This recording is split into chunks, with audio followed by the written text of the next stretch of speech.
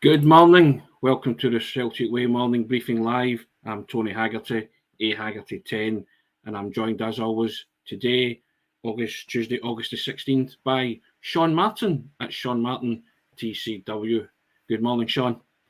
How you doing, Tony? All right? I'm very well, very well. Now, as we do every day, we've got a deal and an offer for you.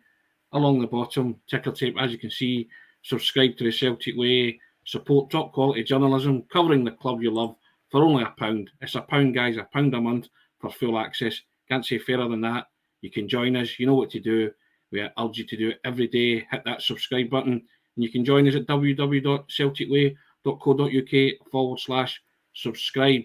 Now, Sean, the phrase today is hands off, he's mine, as in Giorgos Giakoumakis.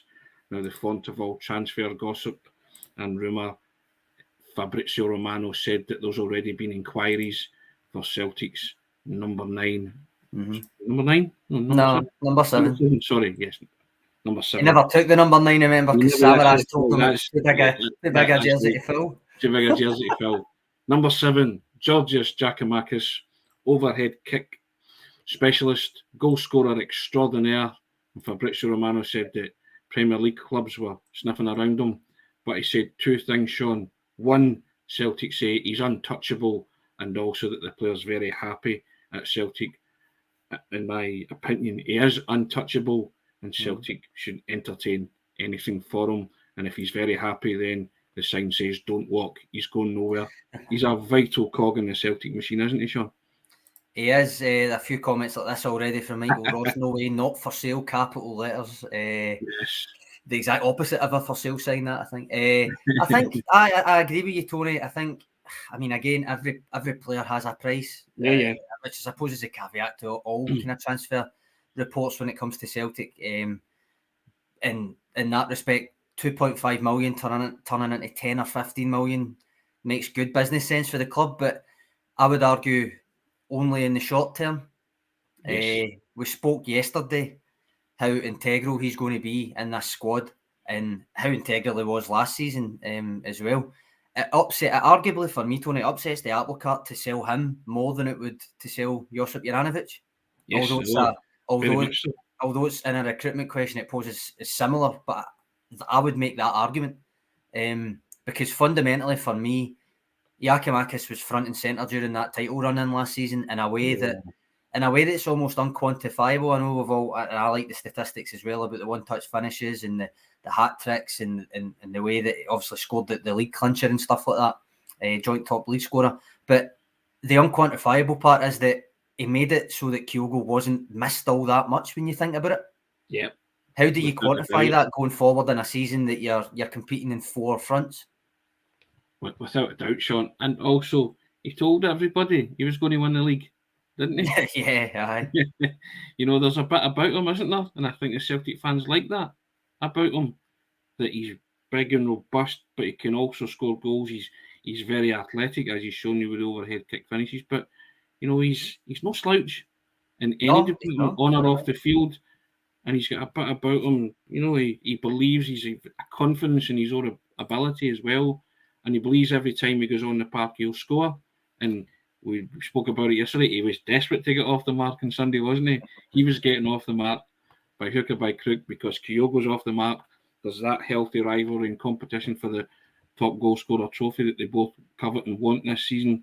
And that's brilliant. And I think, like yourself, he is, there you go, Max Start. Giakoumakis is my favourite player.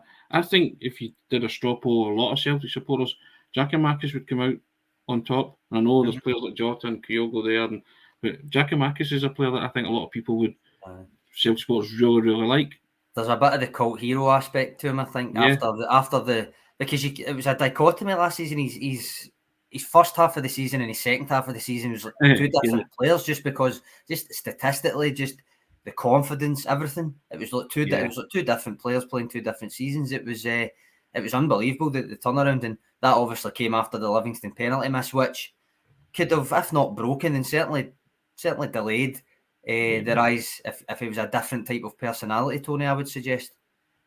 I like this, a proper big Gallus Celtic. He is Gallus, isn't he? Now, that's what he should have in the back of his shirt, shouldn't he? Big Not Gallus. Giakoumakis, you just have Gallus, number 7. Giorgos Gallus Giakoumakis, the triple G, Sean. How are we liking that? I'm liking that. Well said, Edward. The triple G. But yeah, I mean, I like my centre forwards to be like that. I did say last season when he made those comments that I wasn't sure if the manager would appreciate them, but you made the point well, that's how he's feeling, and then the manager made the point where he urges his players to speak the truth and be honest. So up until that point, I wasn't aware that was what the manager had said to the boys and the players when they're speaking to the media. So yeah, that was the way he was feeling, and it was a Gallus answer that he gave, and he had the swagger to go with it. He did. His end of season form was the proof in the pudding. So that it's all very well players bumping their gums when they don't produce in the park, but Giakoumakis has always produced whenever he's been on the football pitch, and I think that's what endears him to the Celtic supporters. And as Romano said, if he's very happy, then fans are happy, the manager's happy, the players happy, and that word as well. I think, as you said, he is untouchable. You cannot sell Giorgos Giakoumakis. Yeah, I tend to agree. I think to play devil's advocate in terms of just considering it more than just the last kind of 6 or so months, eight or so months. Technically, Tony's only had 2 good scoring seasons in his career, right? Obviously, that's his last 2 though, which means the season that he was Eredivisie top scorer with Venlo, and then here at Celtic. So the iron is as hot as it's ever been for Giakoumakis. That's why Celtic got him for $2.5 million, I think, is. Although he was Eredivisie top scorer, it was his first proper goal-scoring season at the age of 25 really. So Celtic have got him down until 2026. Yes. So the iron's hot. If somebody really, really, really wants him, because you score goals, you'll be wanted at some stage. But I agree with you. I do think that the untouchable thing is an appropriate stance to take, if you want to put it that way. I think everything's in Celtic's court with this. As I say, with the way that I've kind of spoke to you about the Juranovic thing, I don't necessarily think that a lot of it does apply to Giakoumakis, but I just think when goals are taken into consideration, that's almost a great leveler in terms of the age. It's not as big a deal. But yeah, for me, I just think it was unquantifiable how important it was to that title run in last year, for the reason that Kyogo was out injured and didn't have to be rushed back, which I don't think anybody thought would be the case when he was out. Regardless, Tony, Fabrizio Romano's tweet seemed unequivocal that interest or not, it's not happening. He's not normally as forthright as that about non-movement announcements. So you take that as a positive, definitely. And as I say, under contract until 2026, off the top of my head, along with McGregor, Maida, Abada, Hatate, O'Reilly, Juranovic. You're big on these 5-year contracts, Sean. You've been banging on about Carter-Vickers as well. 5-year deals, and you were saying that security could sometimes security's underrated. And obviously Jota's a year after that. He's a year later, so that's even better. That deal's looking better week by week. Now, it's the calibre of goals that Giorgos Giakoumakis scores, Sean. You know, the one-touch finishes, but it's just the quickness of movement, quickness of thought, the way he can adapt himself. I said his athleticism as well. There's been overhead kicks in there. There's been diving headers. There's been deft dinks. There's been everything. He is, in my opinion, as close to I wouldn't say the complete striker, but the prototype striker that you would want for Scottish football. Yeah, I think so. I think that's why he's taken to it. I think if you're asking, is he first choice, despite all there is no first choice, and I'm a big squad depth guy anyway, and that's always been my point about being able to rotate people. Ultimately, no, I still think Kyogo's the first choice striker. I think you've seen that at the start of the season. But there will be so many games that he will get a lot of game time anyway.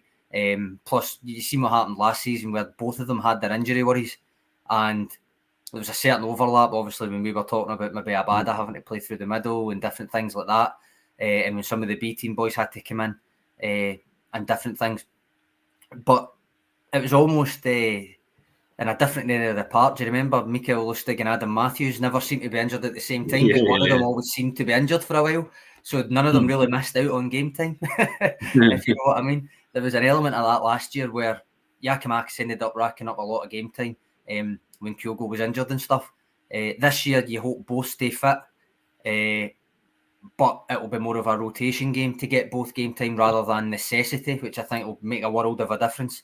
But ultimately, Tony, as I say, if nothing else, I would have said they were actually looking for another striker to add to it rather than taking Giakoumakis out of the equation. Without a doubt. And also, I believe that Giakoumakis is tailor-made for the Champions League too, Sean. With a comment in here about saying that they would, I can't fit. Oh, there it is. David Kernigan would start GG in the Champions League. Right. Is that because of the impact he kind of had when he was on as a sub in the Europa League last year in terms of smartly taking the ball down, giving them an outlet, that kind of thing? Just certain things that you can do, and I think you might need that in certain games in the Champions League. I agree with you that Kyogo is a starter when he's fit, but I think in certain games in the Champions League you're going to need the big man to do his thing, and also for the fact that he would rather say that he is deadly. So you might get one chance a game in the Champions League if you're playing top caliber opposition. Might need a one-touch finish. Bang, it's in the net. Help you get a result. So you know what? I'm a very much a horses for courses kind of guy, and I think Ange sometimes sees that too. That Giakoumakis will play his part, and he'll play his part specifically, I think, in the Champions League, because I think that's what you need sometimes in that arena. Mm-hmm. No, I don't doubt it. I think I've said, kind of not famously, but on my power rankings mid-season, after he had obviously really the only contribution was a goal against St Johnstone and missing the penalty. I pointed out that so far his other contribution was actually in the Europa League, and I've mentioned it on here a few times. Just that late game sub where he did very intelligently take the ball in, gave them an outlet, laid it off or won a foul. Late games against Ferencváros and stuff like that, I thought he was very useful. Obviously, at the time, I was saying that's not all he needs to be able to do. He needs to do more. He did do more, obviously, in the second half of the season. He arguably was one of the best players to win the league. So I don't doubt that he will play a role in Europe as well. Whether it's that kind of role, whether it's starting, as long as both are fit, he's going to. Ange Postecoglou will have the option to mix it up, as you say. I wonder for the Champions League, and I know it's next week the draw, and we'll be doing a couple of things for that. Since we've actively tried to avoid talking about the Champions League every week all summer, I think we'll talk about it then. But in terms of Celtic's game plan in the Champions League, he won't go defensive, he won't go soak it up, all that kind of stuff. But some of it won't be as much of a choice, because you've seen it last year in the Europa League. For instance, domestically, Celtic get 67% possession or whatever it is, right? Yeah. In the Europa League, and it's not like Celtic aren't trying to dominate possession; they are, but it was 55, so that's quite a difference. Yeah. For me, against an even higher caliber of opponents, I think the chance for Celtic to counter-attack effectively will be massive. Yeah. I think they've got it in them. You saw it against Bayer Leverkusen and stuff last year. All right, the results might not have always went their way, but they showed a real potency when they were able to break quickly. And it does still fit with the we never stop stuff, really, when you think about it, because Joe Hart with the quick kickouts and quick counter-attacks and nice interplay, it can all be lovely to watch, as well as possession of the ball. So I referenced that goal a couple of times, the Bayer Leverkusen goal, the counter-attacking goal, that Jota that scored it, wasn't it? Mm-hmm. When Hart kicked it out, and then there was the Leverkusen Forest Mm-hmm. You know, so it's and I think as well you might see a heavy focus on that kind of tactic from Celtic as well in the Champions League. They'll need it. It'll be as I say, they will try and play their own game in terms of they want to have the ball more often than not, which they did anyway. And you don't believe 55% still more often than not, just not to the extent that it was in domestic football. So take advantage of that almost without having to totally sacrifice anything, because we know that it won't. I'm sure the word pragmatic will be thrown about the next couple of weeks, but we know that it won't, and I think that's a good way to almost circumvent it and still stick to your principles, is to make use of the fact that even in domestic football they make use of a counter attack now and again, albeit it doesn't present itself as often. Indeed. Now, got a couple of comments coming in, and I think everybody is aware of the reports surrounding Alexandro Bernabéi. But Sean, we've took a decision from a professional standpoint, haven't we? And as the way things stand, that we're not going to talk about that on the briefing this morning. Yep. Yeah, not much more to say about it. While things stand at the part that they do, then no, we'll need to wait. We'll talk about it with you at a later date. Indeed. Now, there's a article on the website, Sean, and we're probably going to talk about this a lot during the season. A Kyogo movement masterclass. Stuart Ross has done it, and he said he's a Kyogo down at Kelly. Proved that a movement masterclass. It's a very interesting article. I'd advise you all to go on and read it. But there was a few things that Kyogo did on Sunday, but whatever he did them very well. Yeah, Sean's put the link up there. Have a read at that, guys. It's a class article. But he just seems to be getting better and better. And you would think on the surface of it, he might have looked like he had a quiet game, Sean. But as we picked out yesterday, he scored the opening goal. He had that wonderful pass through to Jota, and he hit the bar with a header. But that wasn't all that he did. But those were the few things to the eye test that leapt out at you. And Stuart's article. Yeah, well, Stuart points out he only had 29 touches in the whole game, but that's not really that unfamiliar for a striker, for a Celtic striker. But a lot of strikers don't have that many touches, especially when it's not like I see that an almost traditional striker would have a lot of touches because everybody would be lumping the ball up to them and playing off them. They're almost everybody's in their orbit, that kind of thing. Celtic don't really play like that, and a lot of modern teams don't really play like that. So it's not an unfamiliar thing to say Kyogo had like less than 30 touches or whatever, fewer than 30 touches. Sorry, but it was more Stuart's making the point they were pretty much all high quality touches. Yes, and it was almost the times that he chose not to touch it. The way that he moves, the way that he gives Lewis Mayo in particular did not know how to deal with when he was dropping deep. He just didn't know where he was meant to be. Was he meant to follow him? Was he meant to drop off? If he drops off, then he's got space to play a ball through to Jota. If he follows him, he might still have space to play a ball through to Jota. The goal, Taylor's pass, and I mean, I've starred a few comments just because I like to see Greg Taylor getting a lot of praise, but Taylor's pass was obviously phenomenal. Daizen Maida's run was phenomenal. Squaring the ball to Kyogo was the right option, but Stuart makes a point and he breaks it down in better detail and better explanations than I could. It just makes the point that arguably when you think of the 5 goals, that's not the one that you would think was the best, but it actually arguably was the best from a team dynamic, and a lot of that was due to the way that Kyogo's movement impacted the way that defenders moved. And in kind of relation to him, it's very much worth a read. As a football goal goes, Sean, it's the best footballing goal. Right? Yeah, basically, yeah. Technically, it's pretty pleasing in the eye. I know overhead kicks and all that are special, but in terms of actual football, the way Ange Postecoglou wants to play, our brand of football, as he calls it, that was an our brand of football kind of goal. You know, Jens moving forward, giving it to the inverted fullback, playing that defence splitter, your winger running down and cutting that across. I mean, that's impossible to defend when you get it right. And when you get it right, that's what happens.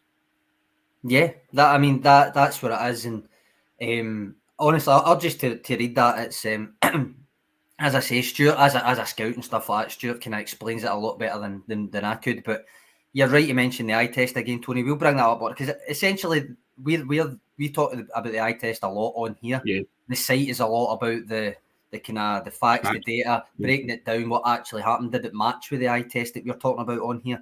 Yeah. That kind of thing. That's the kind of the balance we go for with the site and the YouTube channel. So I would urge you to read it and see if it messed with your own eye test, if nothing else. Yeah, very much so. Yeah, I mean, it is. A lot of people were picking Starfelt's as the pick of the bunch, obviously, because it's his first. Yeah, it's a sentimental thing. Yeah. And then Jota's because it's a special goal of the season contender. You know, and those look, they all look aesthetically pleasing in the eye. But the first goal for me was the one that I thought just settled everybody down. It showed the way Celtic were going to play, and they played like that for the rest of the game, to be perfectly honest. Yeah, I mean, I done I'll put the link in the comments, but I did the data roundup yesterday. It was a wee bit later than usual because I get waylaid with other things, but it's about maybe 4 o'clock or so it came out. But as you know, I like to, in the kind of defensive column of the data report, I like to almost do a wee roundup of the kind of standout traditional defensive actions rather than necessarily just pressing and counter pressing and stuff like that. I like to look at the traditional stuff, the tackles, the clearances, the aerial wins, all that kind of stuff.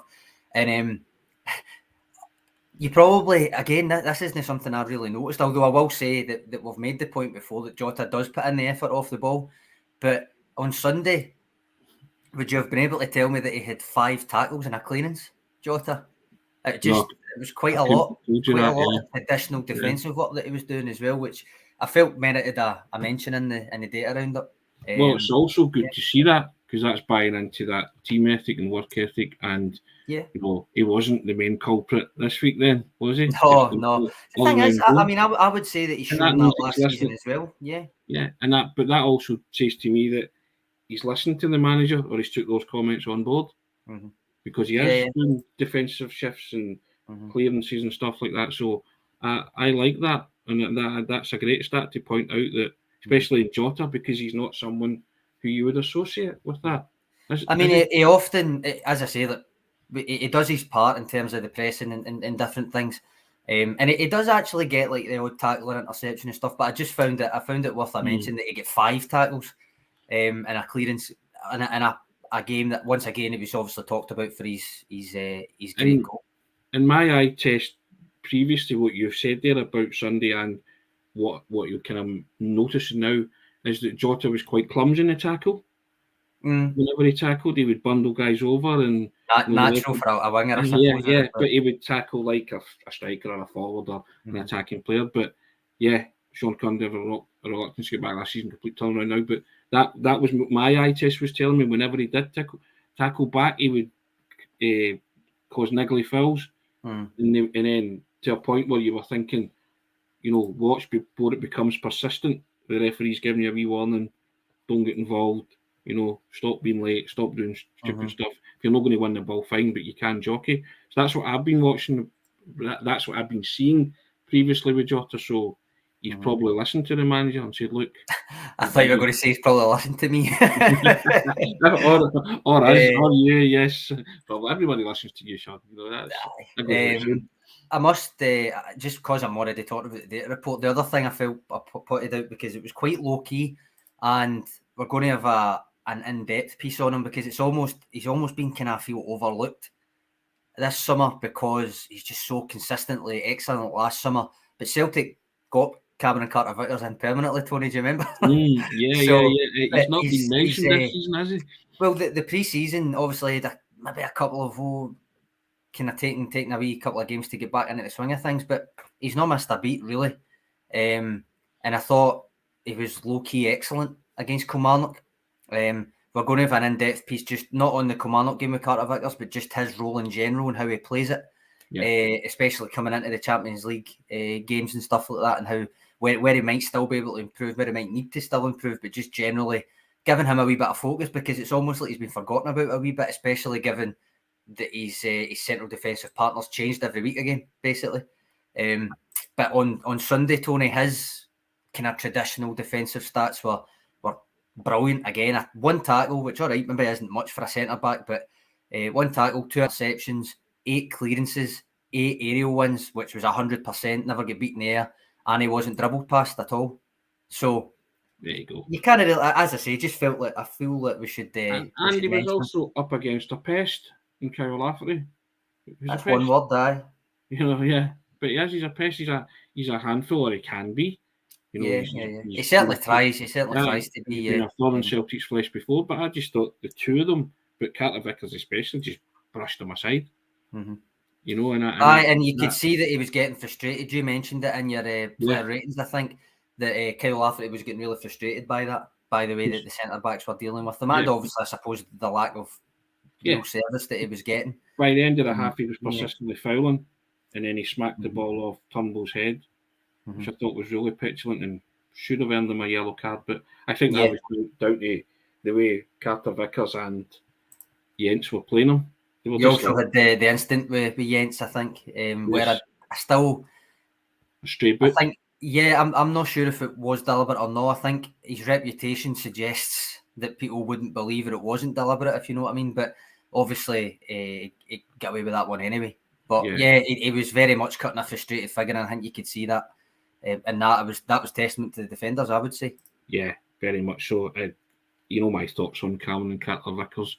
I'm like cool, calmness personified every man by man ratings, because he's very unflappable and he's very rarely flustered, and you can see that. And as you say, during pre-season, I think he had a couple of wobbles.